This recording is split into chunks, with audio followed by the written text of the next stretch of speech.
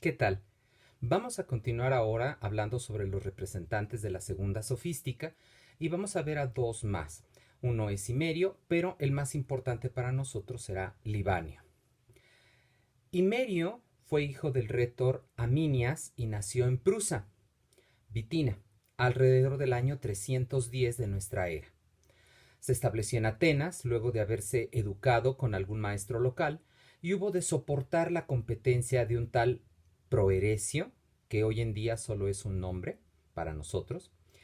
En Atenas tuvo como discípulos a los importantes cristianos posteriores, Basilio y Gregorio Nacianceno, y para el año 362 fue llamado a la corte por el emperador apóstata Juliano, donde permaneció hasta el 368, cuando regresó a Atenas, muerto ya su rival, y donde él también moriría de epilepsia a edad avanzada.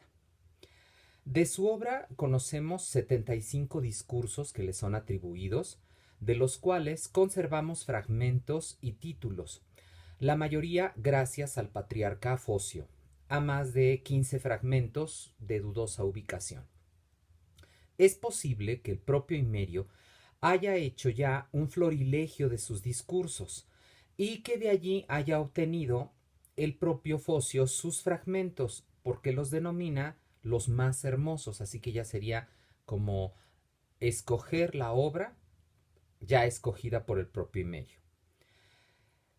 Este rétor estaba muy apegado a las normas retóricas, escoge sus argumentos de la historia y los más modestos los escoge del presente.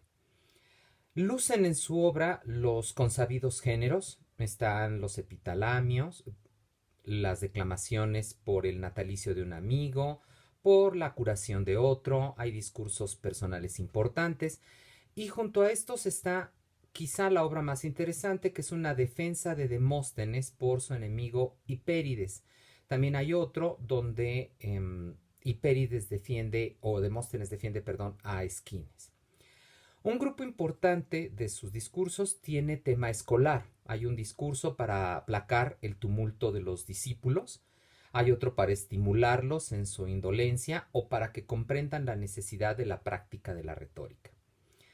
El estilo de Himerio se caracteriza por lo patético, que admite a menudo estaba muy próximo a la poesía, que solo se halla en intención, porque en realidad no es un ámbito poético, pero deja al lector con una sensación de un estilo hinchado y ampuloso, con un cuidado muy excesivo en las cláusulas y que contrasta con la pobreza de las ideas en cuanto a argumentos convencionales. Como pueden notar con Himerio, ya estamos en el último periodo del ambiente clásico, ¿sí? Estamos en el siglo IV. De hecho, ya es propiamente el momento donde tenemos dos factores modeladores de esta época, que es la pérdida de la libertad a manos de emperadores autócratas, como sería el caso de Diocleciano y de Constantino, que suprimirán de un plumazo los sueños de empedernidos defensores de lo pagano y su cultura, y los sobrevivientes de este impulso, como lo fue Himerio y como lo será nuestro siguiente autor, Libanio, tienen la batalla perdida de antemano. Y el segundo factor que hay que tomar en cuenta en este siglo IV es el cristianismo, que dio de baja pues todas las instituciones paganas relacionadas pues con la antigua religión, como la gimnástica, que era la base de los desde tiempos inmemoriales del sentir antiguo de los helenos y que tenía sobre todo una influencia directa sobre la retórica, porque vimos que allí fue donde se desarrolló. Así entonces, con estos dos puntos, con estos dos factores importantes, vemos a una de las grandes figuras de este periodo final, que es Libanio. Libanio, nacido en el 314 de una familia prominente de Antioquía, se hallaba muy orgulloso de su patria centenaria. Y desde tiempos de Alejandro Magno y los Seleucidas, Antioquía era perentoriamente helena.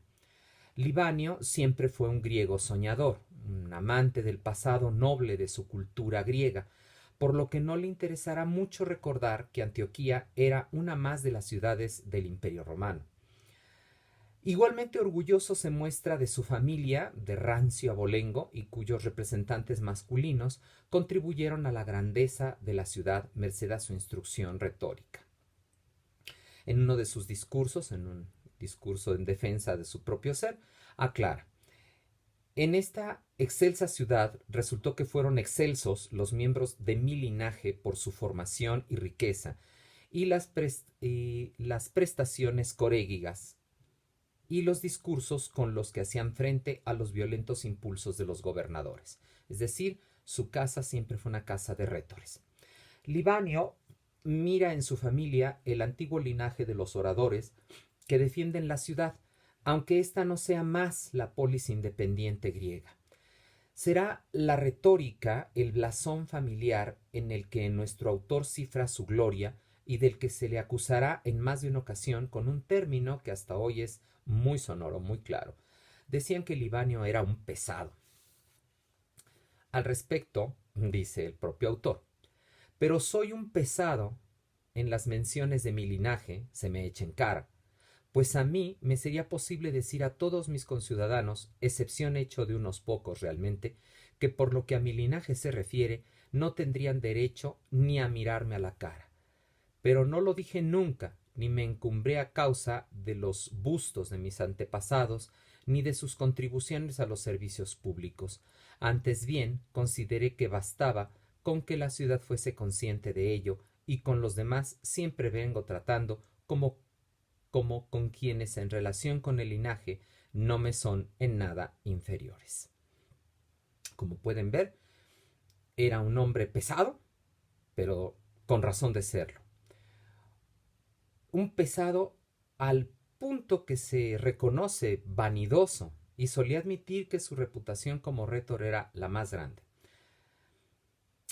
Atenas se hallaba sin estudiantes, decía Libanio, y no era más que causa de él, es decir, porque gracias a él todos querían estar como sus discípulos. Así que sí hicieron pesado.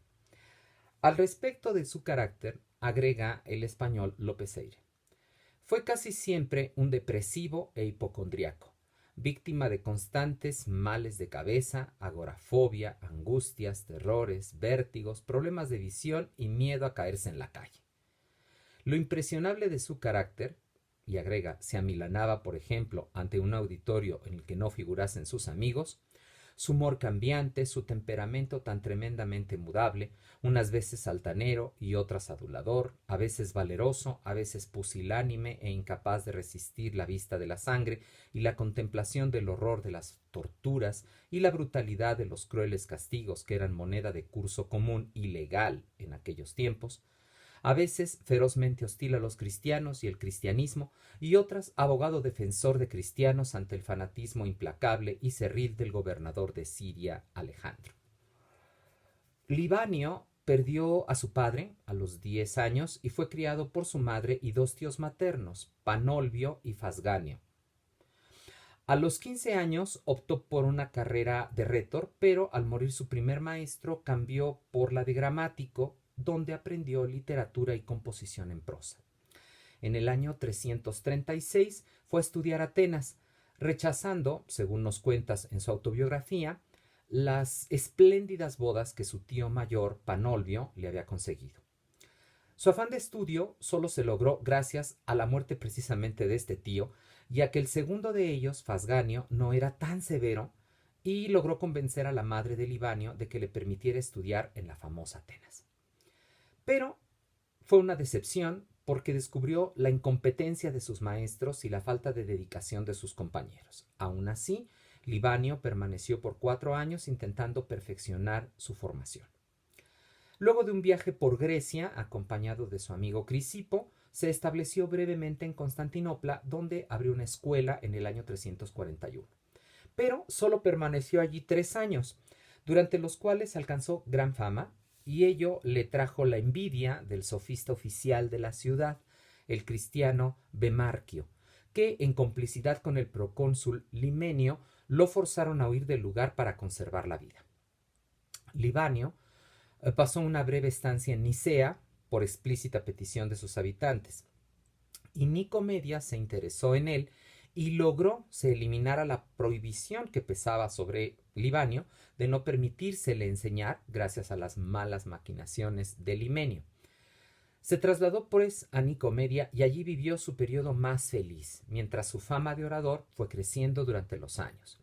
El propio Libanio aseveraba de esta ciudad que fue nodriza de sus discursos, logon trofos en griego, y recordaría tiempo después, y cito a Libanio: si a este periodo que duró 5 años yo lo llamase primavera o flor de toda mi vida, que casi alcanza los 60, ni aun así habría encontrado una denominación adecuada.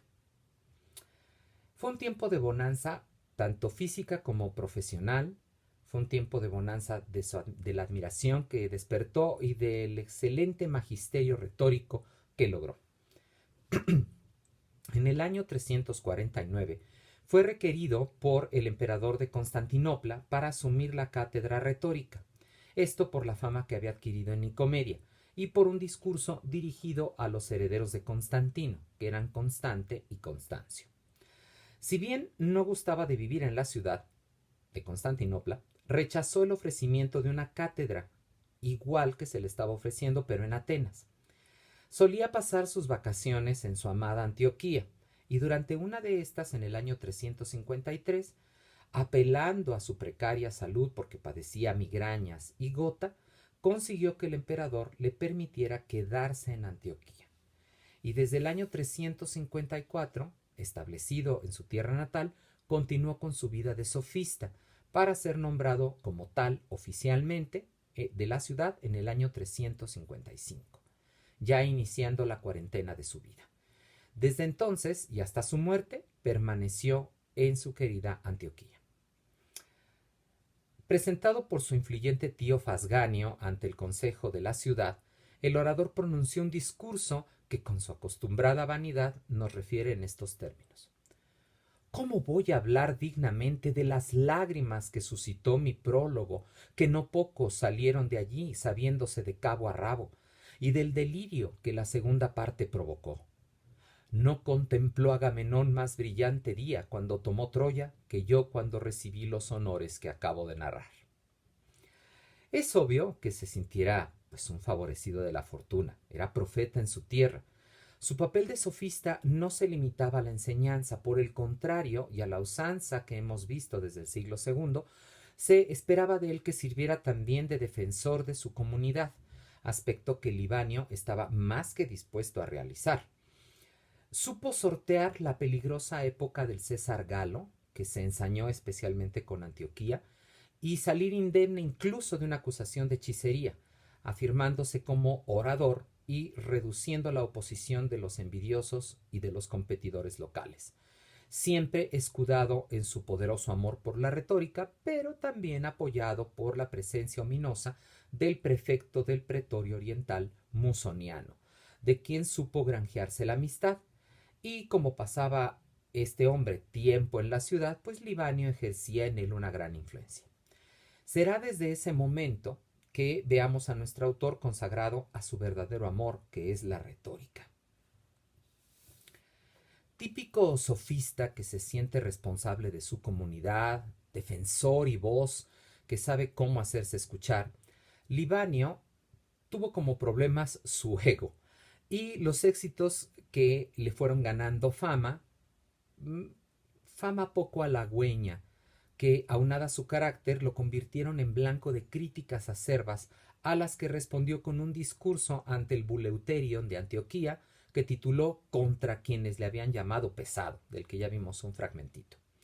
Allí expone que su carácter severo, serio y grave, e insufrible sin duda, era el resultado de la decadencia de los tiempos en comparación con la grandeza y el florecimiento del pasado. Es decir, no soy yo el problema, son ustedes. Dice un pequeño fragmento: devuelve a la ciudad de su fuerza y belleza de antaño y oirás mi canto de retractación. Pon los discursos en la situación de antes y entonces reclámales una loa de la nueva ocasión propicia. Pero si la enfermedad sigue su curso y el mal se hace mayor y los males de antaño son pequeños en comparación con los de ahora, y es más estimado lo más insignificante y más despreciado lo superior, ¿por qué me fuerzas a celebrar la ruina. Pero esto no era más que una utopía, es decir, lo que él pensaba era más un sueño. Libanio ya no vivía en aquella polis de la Edad Clásica, sino bajo la cadena de oro de Roma, en su propia expresión, de hecho. Aún con todo, gustaba de soñar el sueño.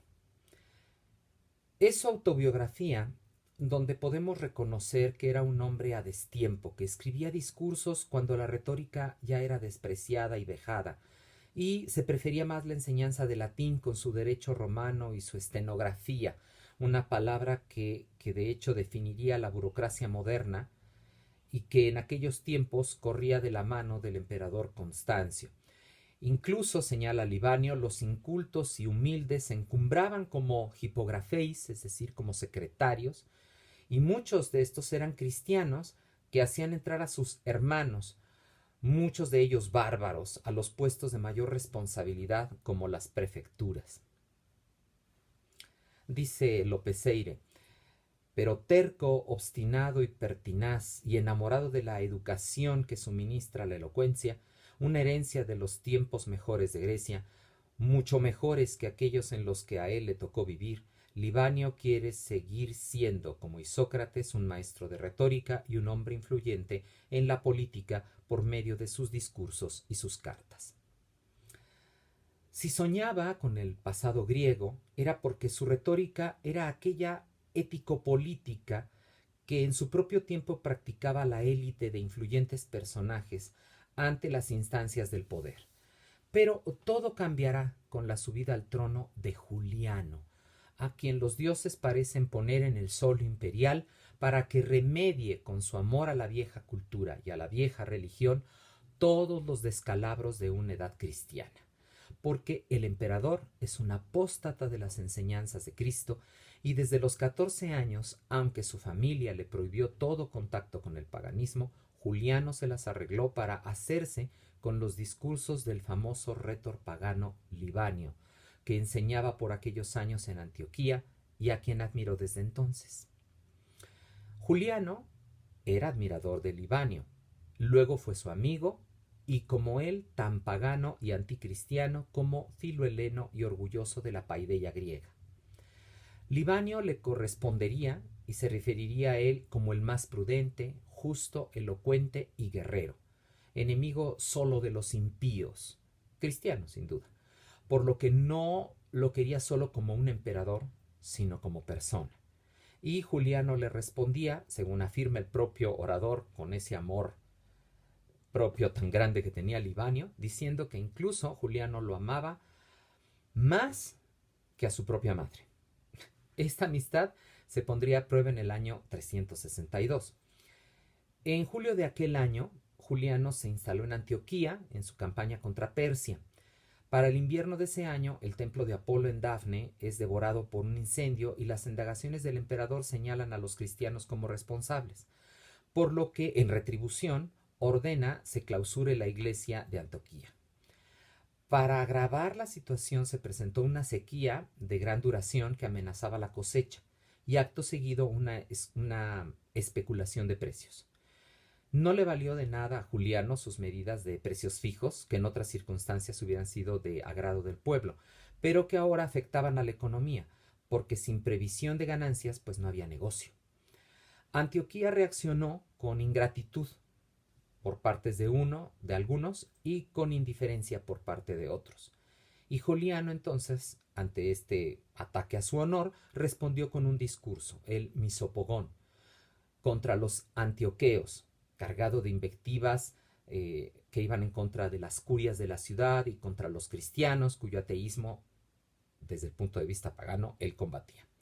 Pero el discurso provocó chanzas, burlas, que Juliano trató de soslayar, pero que lo herían gravemente en su fuero interno. Y la situación estaba muy tensa, y fue entonces que se presentó como mediador en todo esto Libanio. Fue el amor a la retórica y a la más fiel tradición de los sofistas la que lograría la anuencia del emperador. Cito dos pequeños fragmentos.